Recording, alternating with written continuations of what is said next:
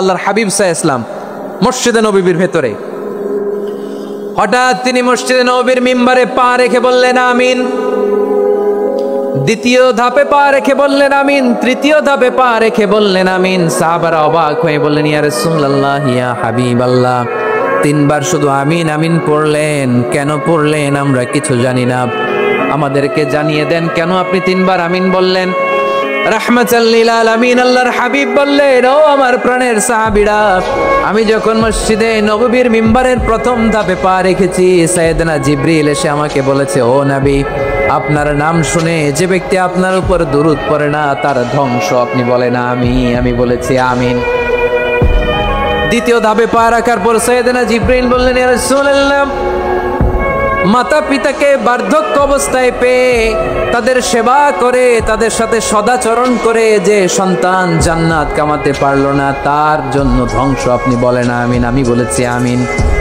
আবার মিম্বারের তৃতীয় ধাপে ঠিক যখনই আমি পা রাখলাম, সাইয়েদনা জিবরাইল বললেন, নবী, রমজান মাস পাওয়ার পরে এই মাসে ইবাদত করে যে ব্যক্তি নিজের গুনাহ মাফ করাতে পারলো না তার জন্য ধ্বংস। আপনি আওয়াজ করে পড়েন আমিন। কত বড় ধমক, কত বড় ওয়ার্নিং দেখছেন, যে রমাদান পেয়েছে কিন্তু রমাদানের ইবাদত করার মধ্য দিয়ে সে নিজেকে জাহান্নাম থেকে মুক্ত বানাতে পারলো না, তার উপর আল্লাহ লানত, তার জন্য ধ্বংস।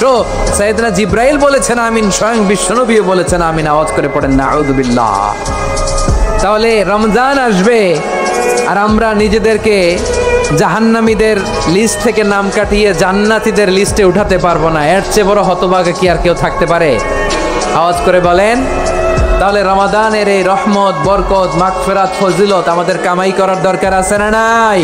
বিবাহিতরা দিনের বেলায় স্ত্রীর সাথে মেলামেশা করতে চাইলে করতে পারে, কিন্তু রমাদানে দিনের বেলা খেতে মনে চায় কিন্তু আমরা খাই। এটা এমন এক বরকতের মাস যে মাসে আমরা নিজেদের নাফসের উপর নিয়ন্ত্রণ প্রতিষ্ঠা করি। সারা বছর নাফস আমাদেরকে নিয়ন্ত্রণ করে, আর রমাদানে আমরা নাফসকে নিয়ন্ত্রণ করি। কথা বুঝতেছেন? সারা বছর নাফস আমাদেরকে নিয়ন্ত্রণ করে। এই যে এখন আমার খেতে মনে চাইলে যে খেজুর রাখা, আমি খেজুর খেতে পারবো, নাটস আছে, বাদাম খেতে পারি।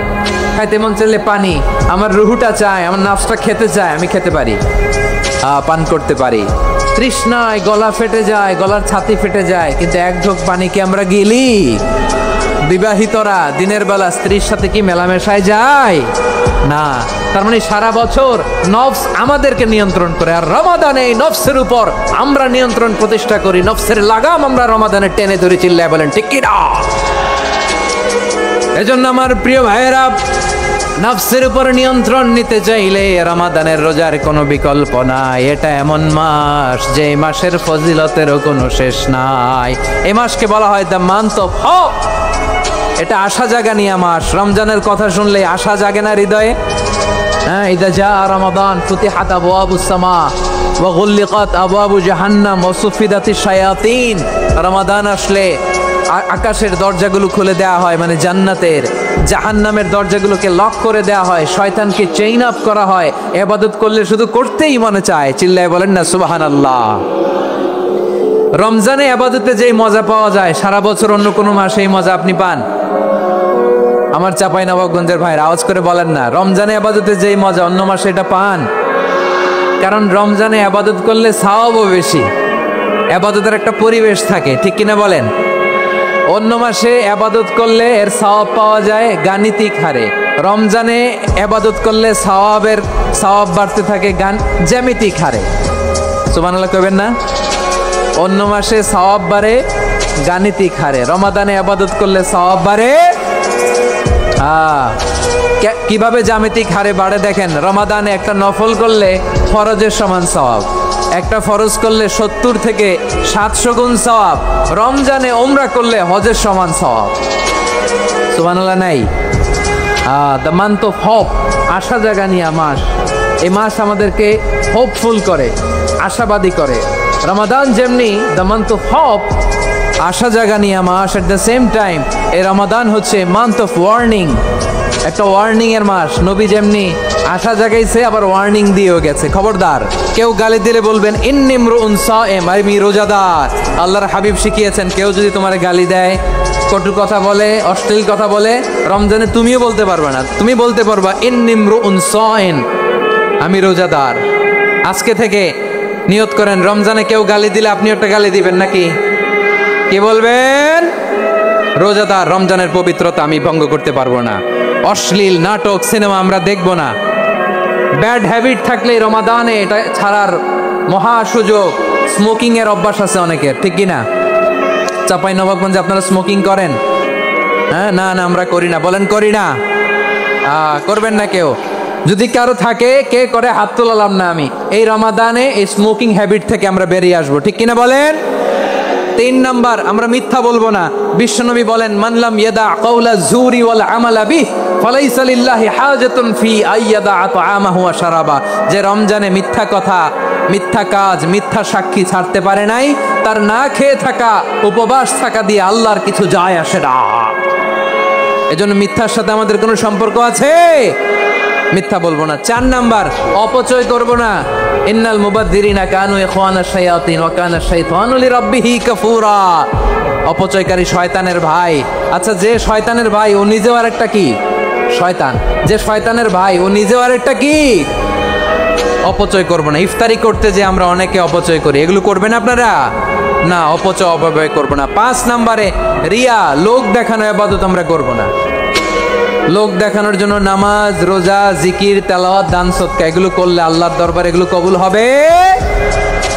বিশ্বনবী বলেন, দাজ্জালের ফিতনার চেয়ে একটা বড় ফিতনার ভয় আমি করি। সেটা কি? আর রিয়া, শো অফ মেন্টালিটি, লোক দেখানো মানসিকতা। এটা থেকে আমরা বিরত থাকবো ইনশাআল্লাহ। 6 নাম্বার, অনেক গুরুত্বপূর্ণ। ব্যবসায়ী ভাইয়েরা, ব্যবসা করেন কারা কারা? হাত তুলে দেখান তো আমারে। মাশাআল্লাহ, হাত নামান। ব্যবসায়ী ভাইয়েরা, অনেক অসাধু ব্যবসায়ী আছে, রমজান আসলে নিত্য প্রয়োজনীয় পণ্যের মূল্য বৃদ্ধি করে দেয়। এরকম আছে না নাই? এগুলো করবেন না। মজুদদারি করবেন না। পণ্যের কৃত্রিম সংকট বাজারে করবেন না।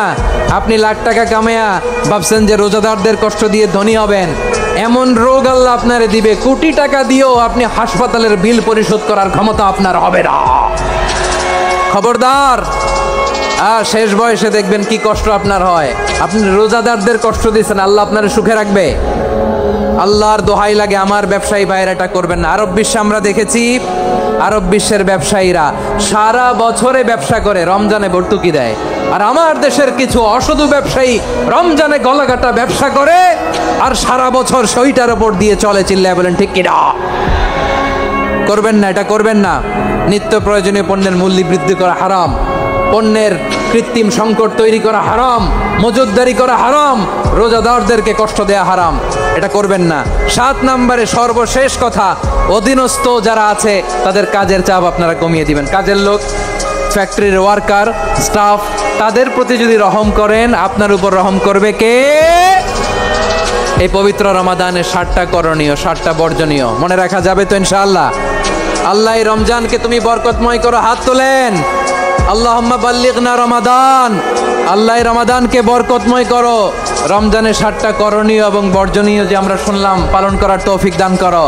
রব্বানা তাকাব্বাল মিন্না ইন্নাকা আনতাস সামিউল আলিম ওয়া তুব আলাইনা ইয়া মাওলানা ইন্নাকা আনতাত তাওয়াবুর রহিম। সুবহান রাব্বিকা রাব্বিল ইজ্জাতি আম্মা ইয়াসিফুন ওয়া সালামুন আলাল মুরসালিন ওয়াল